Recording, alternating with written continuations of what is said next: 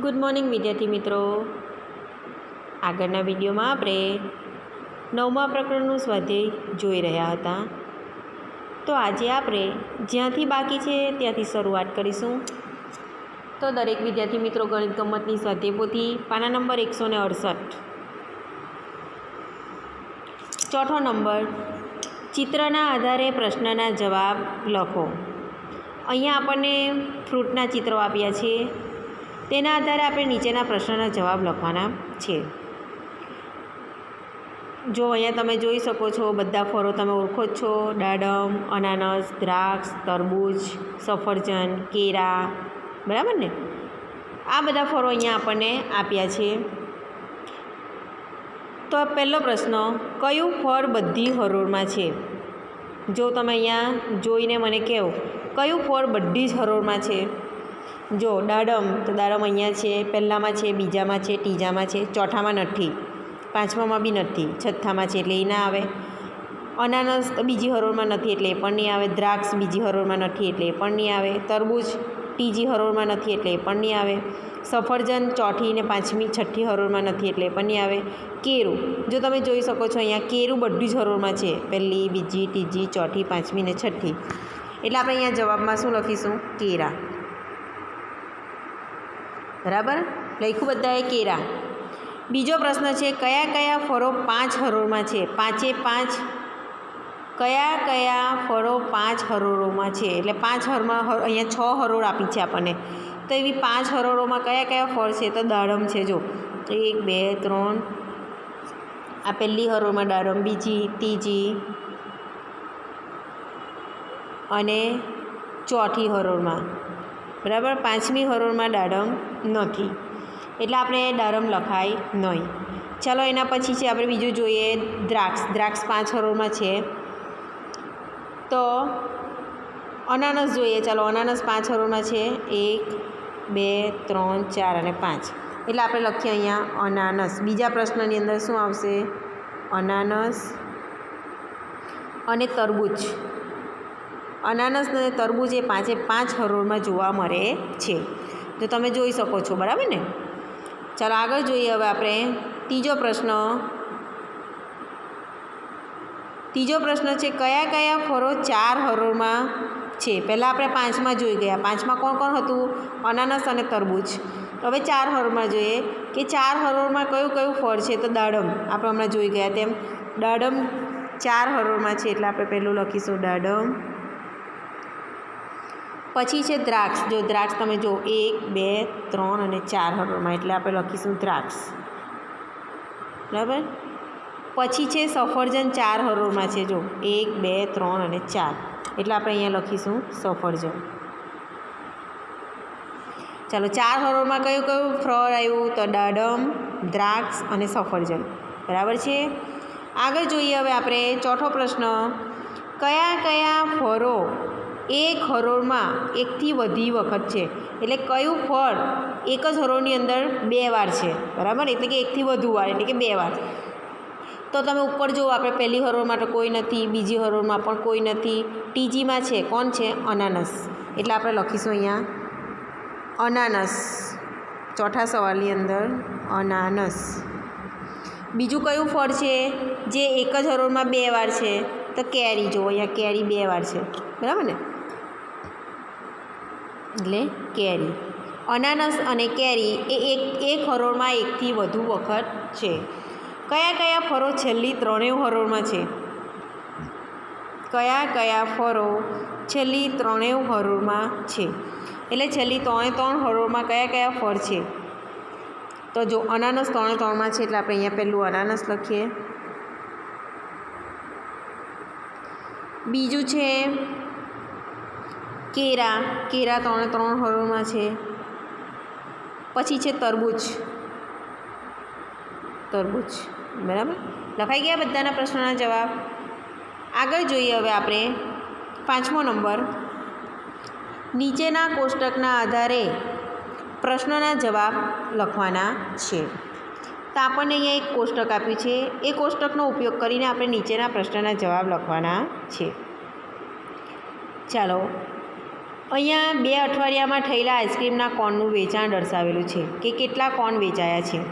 તો વેનીલા પહેલા અઠવાડિયામાં 5 કોન, બીજા અઠવાડિયામાં 6, પિસ્તાના 4, 3, ચોકલેટના 7, 6, સ્ટ્રોબેરીના 3, 4, પાઇનેપલના 4 અને 5, ઓરેન્જના 5 અને 5, મેંગોના 5 અને 7.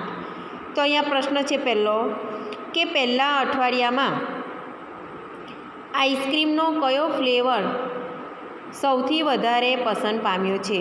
તો પહેલા અઠવાડિયામાં સૌથી વધારે કયું આઈસ્ક્રીમ વેચાયું છે? જો તમે અહીંયા જુઓ, કયું આઈસ્ક્રીમ તમને સૌથી વધારે દેખાય છે? અહીંયા તો 7 વેચાયા છે સૌથી વધારે. કયું છે? ચોકલેટ. એટલે આપણે અહીંયા જવાબમાં લખીશું ચોકલેટ. બરાબર છે. બીજો પ્રશ્ન છે, બીજા અઠવાડિયામાં આઈસ્ક્રીમનો કયો ફ્લેવર સૌથી ઓછો પસંદ પામ્યો? એટલે સૌથી ઓછું કયું વેચાયું છે બીજા અઠવાડિયામાં? તો જો આમાં સૌથી ઓછું બીજા 3 છે. તો એ કયું છે? પિસ્તા. એટલે જવાબમાં આવશે પિસ્તા. આગળ ત્રીજો પ્રશ્ન જોઈએ, કયો ફ્લેવર બંને અઠવાડિયામાં સરખો પસંદ, એટલે બંને અઠવાડિયામાં સરખો વેચાયો છે? તો તમે અહીંયા જોઈ શકો છો કે બંને અઠવાડિયામાં ઓરેન્જ 5 વેચાયું છે. પહેલા અઠવાડિયામાં બી 5 કોન વેચાયા છે અને બીજા અઠવાડિયામાં પણ 5 કોન વેચાયા છે. કઈ ફ્લેવરના? ઓરેન્જ. એટલે આપણે અહીંયા લખ્યું ઓરેન્જ. બીજા અઠવાડિયામાં આઈસ્ક્રીમનો કયો ફ્લેવર સૌથી વધારે પસંદ પામ્યો છે? તો સૌથી વધારે 7 છે. એટલે કયો ફ્લેવર છે? મેંગો. તો આપણે ત્યાં શું લખીશું? મેંગો ફ્લેવર બીજા અઠવાડિયામાં સૌથી વધારે પસંદ પામ્યો છે. પાંચમો પ્રશ્ન, કયા અઠવાડિયામાં ચોકલેટ આઈસ્ક્રીમ વધારે વેચાયો? તો જો ચોકલેટ આઈસ્ક્રીમ પહેલાંમાં કેટલી વાર વેચાયો છે? 7 ને બીજામાં 6. એટલે પહેલાં અઠવાડિયામાં વધારે વાર વેચાયો છે. તો કેટલો? તો 7. આપણે અહીંયા 7 લખેલો જ છે. છઠ્ઠો પ્રશ્ન છે, કયા અઠવાડિયામાં પિસ્તા આઈસ્ક્રીમ ઓછો વેચાયો છે?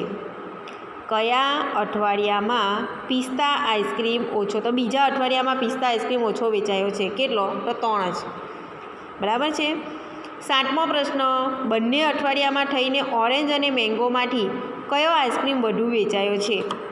તો આ જવાબ જે અહીંયા આપ્યો છે તે ખોટો છે. તો બંને અઠવાડિયામાં થઈને ઓરેન્જ અને મેંગોમાંથી કયો આઈસ્ક્રીમ વધુ વેચાયો છે? તો મેંગો. જો તમે અહીંયા જોઈ શકો, મેંગો 5 અને 7 છે. એટલે 7 ને 5 12 થયા. ને ઓરેન્જ તો 5 અને 5 એટલે 10 થયા. એટલે કયો વધારે વેચાયો? તો અહીંયા આપણે જવાબમાં લખીશું મેંગો. બરાબર. તો અહીંયા દરેક જણ મેંગો લખી દે. અને કેટલો? તો 12 કોન. કેટલા કોન વેચાયા છે? 12 કોન વધારે વેચાયા. કુલ 12 કોન વેચાયા છે બંને અઠવાડિયાના થઈને. બરાબર છે. આગળ જોઈએ આપણે, તમારા જમણા હાથની છાપ પાડી નીચે જણાવ્યા મુજબ કરો. તો આપણો જમણો હાથ જે છે તેની તમારે અહીંયા છાપ પાડવાની છે. તો સૌથી લાંબી આંગળી પર ગોળ કરો. જો આપણી અહીંયા તમે છાપ પાડ્યા પછી જે સૌથી લાંબી આંગળી હોય તેની પર તમારે શું કરવાનું છે? ગોળ કરવાનું છે. સૌથી નાની આંગળી પર ચોરસ કરો. અંગૂઠા પર ત્રિકોણ કરો. અંગૂઠા પર શું કરવાનું છે? ત્રિકોણ. પહેલી આંગળી પર લંબચોરસ કરો.